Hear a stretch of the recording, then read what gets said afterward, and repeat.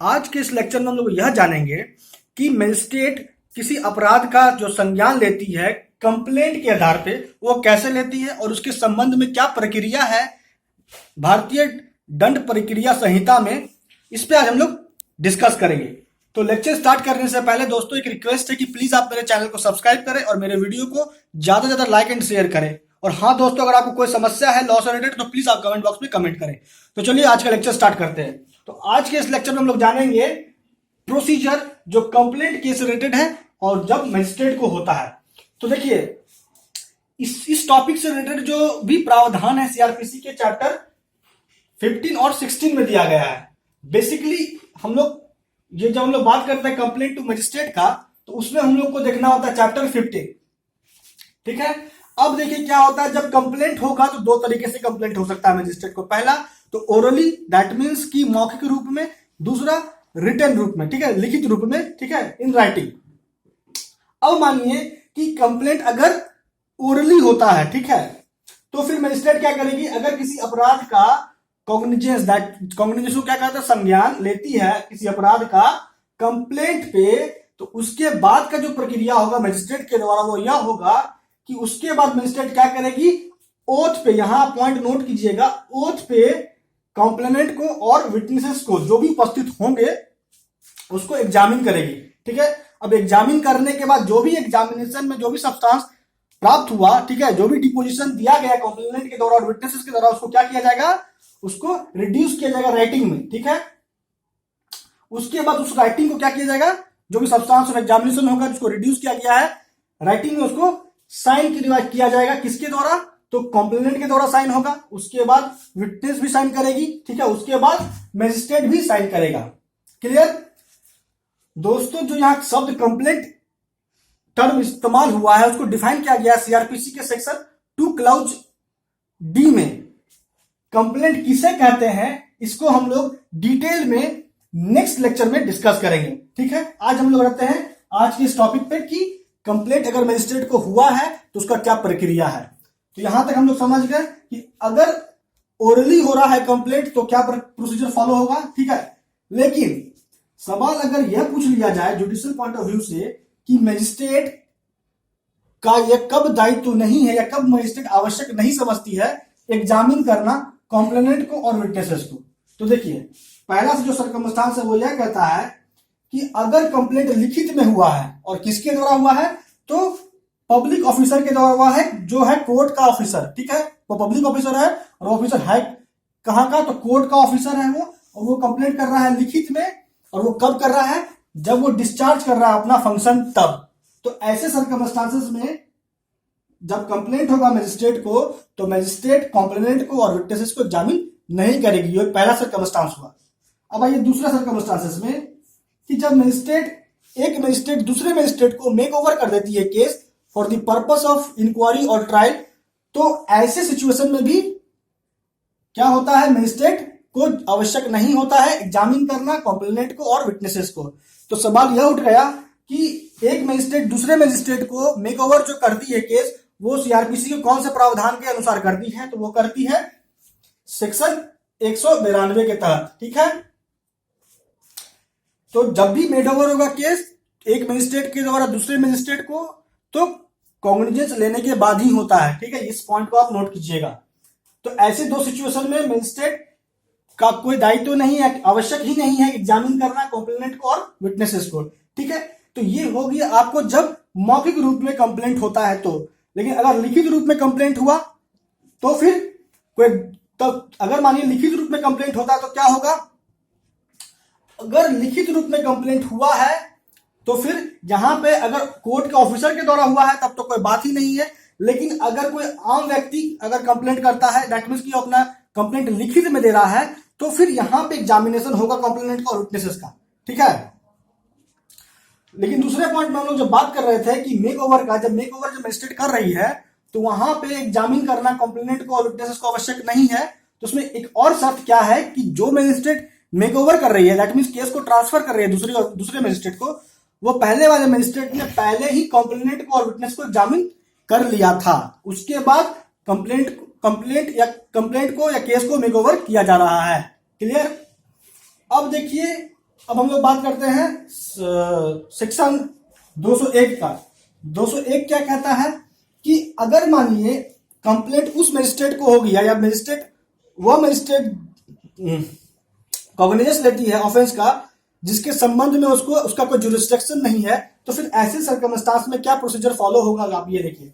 अगर मानिए कंप्लेंट उस मजिस्ट्रेट को हो गया और उस अपराध के संबंध में हो गया जिस अपराध को लेके मजिस्ट्रेट का कोई जुरिस्डिक्शन ही नहीं है, तो ऐसे अवस्था में मजिस्ट्रेट क्या करेगी, अगर कंप्लेंट हुआ है लिखित में तो उस कंप्लेंट को रिटर्न कर देगी इस बात को लेके कि उसको प्रेजेंट किया जाए प्रॉपर कोर्ट में, दैट मीन्स कि उस कोर्ट में जिस कोर्ट का जुरिस्डिक्शन है, ठीक है। दूसरा कि अगर मानिए कंप्लेंट ओरली हुआ है तो फिर निर्देश दिया जाएगा, डायरेक्शन इशू होगा मजिस्ट्रेट के द्वारा कंप्लेंट को कि आप प्रॉपर कोर्ट में जो है कंप्लेंट करो। क्लियर। अब आइए बात करते हैं सेक्शन 202 का। देखिए दोस्तों सेक्शन 202 में क्या होता है, postponement of issue of process. देखिए यहां पे क्या हो रहा है कि जो मजिस्ट्रेट कॉग्निजेंस ले रही है कंप्लेंट पे या जिस मजिस्ट्रेट को केस मेकओवर हुआ है 192 के तहत सीआरपीसी का, तो जिस एक्यूज्ड के अगेंस्ट कंप्लेंट हुआ है वो एक्यूज्ड अगर मजिस्ट्रेट के जुरिस्डिक्शन में नहीं है तो ऐसे सिचुएशन में मजिस्ट्रेट क्या करती है, स्थगित कर देती है प्रोसेस को। दैट मीन्स ना तो वो समन इशू करेगी और ना ही वो वारंट इशू करती है। क्लियर। तो आखिर ऐसा मजिस्ट्रेट क्यों करती है, तो उसकी या फिर मजिस्ट्रेट जब यहाँ पोस्टपोन कर रही है प्रोसेस को तो उसके बाद मजिस्ट्रेट कौन सा प्रोसीजर फॉलो करेगी, ये समझिए। 202 के अनुसार पोस्टपोन करने के बाद इशू ऑफ प्रोसेस या तो मजिस्ट्रेट इंक्वायरी करेगी, ठीक है, उस कंप्लेंट के आधार पे उस ऑफेंस का खुद से, या फिर निर्देश देगी इन्वेस्टिगेशन का पुलिस ऑफिसर के द्वारा या फिर किसी अन्य व्यक्ति के द्वारा, ठीक है।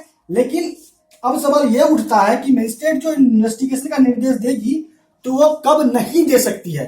देखिए जिस अपराध को लेकर कंप्लेंट हुआ है मजिस्ट्रेट को, अगर वह अपराध अगर मजिस्ट्रेट को लगा कि एक्सक्लूसिवली ट्रायबल है सेशन कोर्ट के द्वारा, तो ऐसे अवस्था में मजिस्ट्रेट इन्वेस्टिगेशन का निर्देश नहीं देगी। क्लियर। एक पॉइंट आप यहां और नोट कीजिए कि अगर किसी अन्य व्यक्ति को निर्देश हुआ इन्वेस्टिगेशन करने का तो उस व्यक्ति को हर वो पावर होगा जो पुलिस ऑफिसर को होता है इन्वेस्टिगेशन के संबंध में, और इन्वेस्टिगेशन के संबंध में जो पावर होता है हर वो पावर, यहां पे उस पावर का बात हो रहा है जो पावर इन्वेस्टिगेशन के संबंध में पुलिस ऑफिसर को होता है 155 के सबसेक्शन 3 के अनुसार। क्लियर। अब देखिए तो यहां इंक्वायरी कर सकती है मजिस्ट्रेट अगर मामला एक्सक्लूसिवली ट्रायबल है कोर्ट ऑफ सेशन के द्वारा तो भी, ठीक है। अब यहां बात आइए, यहां आइए कि जब इंक्वायरी मजिस्ट्रेट कर रही है, ठीक है, कंप्लेंट के बेसिस पे ऑफेंस का, तो अगर मजिस्ट्रेट को ड्यूरिंग इंक्वायरी यह लगा कि ऑफेंस एक्सक्लूसिवली ट्रायबल है कोर्ट ऑफ सेशन के द्वारा, तो वो क्या क्या कर सकती है। तो सबसे पहला जो प्रोसीजर मजिस्ट्रेट यह फॉलो करेगी कि जितना भी विटनेस होगा कंप्लेंट के बिहाफ पे उसको ओथ पे एग्जामिन करेगी। क्लियर। उसके बाद कॉम्प्लेनेंट को निर्देश होगा कि आपके पास जो भी सपोर्ट में, आपके केस के सपोर्ट में जो भी डॉक्यूमेंट है उसको आप प्रोड्यूस करो। क्लियर। इतना बात यहां होगा। तो यहां पे अगर सवाल यह उठ जाए कि मजिस्ट्रेट इंक्वायरी या इन्वेस्टिगेशन का निर्देश ही क्यों दे रही है, तो यहां निर्देश देने के पीछे यही उद्देश्य है कि इस बात का पता लगाना कि एक्यूज्ड के अगेंस्ट क्या सफिशिएंट ग्राउंड है कार्रवाई का, ठीक है। उस कंप्लेंट पे जो मजिस्ट्रेट जो कॉग्निजेंस ली और एक्यूज्ड बियॉन्ड जुरिस्डिक्शन है तो वो पोस्टपोन कर दी इशू ऑफ प्रोसेस और इंक्वायरी या इन्वेस्टिगेशन का निर्देश दे रही है, तो ऑब्जेक्ट क्या है, इस बात को पता लगाना कि सफिशिएंट ग्राउंड है या नहीं प्रोसीडिंग का। क्लियर। अब मानिए कि मजिस्ट्रेट को यह लगा कि नहीं सफिशिएंट ग्राउंड प्रोसीडिंग का नहीं है, तो फिर क्या होगा। तो देखिए अगर मानिए मजिस्ट्रेट को आफ्टर इंक्वायरी या फिर आफ्टर इन्वेस्टिगेशन यह कंक्लूजन हुआ कि there is no sufficient ground for proceeding against the accused, तो ऐसे सिचुएशन में क्या होगा, 203 सेक्शन के अनुसार मजिस्ट्रेट क्या करेगी, कंप्लेंट को डिसमिस कर देगी, लेकिन डिसमिस करने को लेके मजिस्ट्रेट को रीजन रिकॉर्ड करना होगा। क्लियर।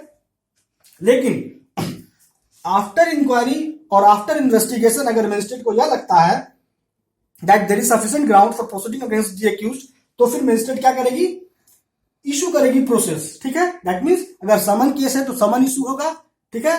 अगर वारंट केस है तो वारंट इशू होगा या फिर समन भी इशू हो सकता है। क्लियर। अब देखिए दोस्तों कि अब सवाल जब हम लोग देखेंगे सेक्शन 204 तो उसमें क्वेश्चन अगर अराइज हो जाए कि कब प्रोसेस जो है दैट मीन समन या वारंट इशू नहीं करेगी मजिस्ट्रेट, तो इसका जो कंडीशन है वो यह है कि जब तक प्रोसिक्यूशन अपने विटनेस का लिस्ट फाइल नहीं कर देगा तब तक मजिस्ट्रेट जो है प्रोसेस को इशू नहीं करेगी। प्रोसेस से क्या तात्पर्य हुआ, समन या वारंट। ठीक है, अब देखिए क्या होता है कि अगर मानिए इशू प्रोसेस करने से पहले मजिस्ट्रेट कंप्लेनेंट को यह भी कहेगी कि जो भी फी रिक्वायर्ड है इस प्रोसेस को लेके आप उसको पे करो। ठीक है, अगर कंप्लेनेंट जो भी फी प्रिस्क्राइब्ड है फॉर इशुएंस ऑफ प्रोसेस उसको पे नहीं करता है तो ऐसे कंडीशन में भी क्या करेगी मजिस्ट्रेट, कंप्लेंट को डिसमिस कर देती है। तो इतना कंक्लूजन से यहां तक एक बात समझ में आ रहा है कि ऐसे दो सर्कमस्टांसेस में मजिस्ट्रेट जो है क्या कर रही है, कंप्लेंट को डिसमिस कर रही है। पहला क्या है कि अगर सफिशिएंट ग्राउंड नहीं है तो कंप्लेंट डिसमिस हो रहा है, और दूसरा क्या हो रहा है कि अगर with in reasonable time complaint जो है प्रोसेस फी पे नहीं करता है तो फिर क्या हो जाता है, कंप्लेंट डिसमिस हो जाता है। अब दोस्तों कुछ अन्य जो प्रावधान है चैप्टर 16 में वो यह है कि जब हम लोग देखते हैं 205, तो 205 के तहत क्या होता है, एक्यूज्ड के अपीयरेंस को, ठीक है, उपस्थिति को मजिस्ट्रेट जो चाहे तो स्थगित कर सकती है। उसके बाद हम लोग जब बात करते हैं 206 सेक्शन का, सेक्शन 206 का, तो सेक्शन 206 में क्या होता है दोस्तों कि स्पेशल समन इश्यू होता है छोटे मोटे अपराध को लेके। ठीक है, और जब हम लोग बात करते हैं सेक्शन 207 का, तो 207 में क्या होता है कि जब मजिस्ट्रेट के पास केस इंस्टीट्यूट होता है पुलिस रिपोर्ट पे, ठीक है, तो मजिस्ट्रेट क्या करती है 207 के तहत एक्यूज को फ्री ऑफ कॉस्ट जो भी डॉक्यूमेंट है केस से रिलेटेड वो सभी मुहैया करवाती है, फर्निश्ड करती है। ठीक है, 208 में क्या होता है दोस्तों, सेक्शन 208 में क्या होता है कि यहां भी डॉक्यूमेंट सप्लाई होता है एक्यूज को, लेकिन कब, जब ऑफेंस एक्सक्लूसिवली ट्रायबल होता है कोर्ट ऑफ सेशन के द्वारा। क्लियर।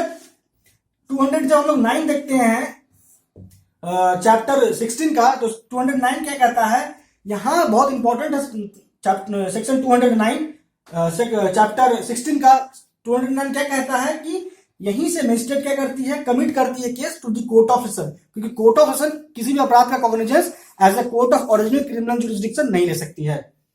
और 200 जब हम लोग 10 बात करेंगे, जो लास्ट सेक्शन है चैप्टर 16 का, वो यह कहता है कि आखिर कौन सा प्रोसीजर फॉलो होगा अगर एक ही अपराध को लेकर मजिस्ट्रेट इंक्वायरी भी कर रही है और पुलिस इन्वेस्टिगेशन भी कर रही है। क्लियर। तो दोस्तों आज इस लेक्चर में इतना ही। अब इस लेक्चर को कंक्लूड करते हैं। आज इस लेक्चर में हम लोगों ने क्या डिस्कस किया कि मजिस्ट्रेट को कंप्लेंट कैसे होता है, तो 200 के अनुसार लिखित रूप में या मौखिक रूप में हो सकता है कंप्लेंट। अगर मौखिक रूप में हुआ तो क्या प्रोसीजर फॉलो होगा मजिस्ट्रेट के द्वारा, ये हम लोग डिस्कस किए। मजिस्ट्रेट को अगर कंप्लेंट हुआ और वो मजिस्ट्रेट का जुरिस्डिक्शन ही नहीं है तो क्या होगा, ठीक है, ये हम लोग डिस्कस किए 201 सेक्शन में।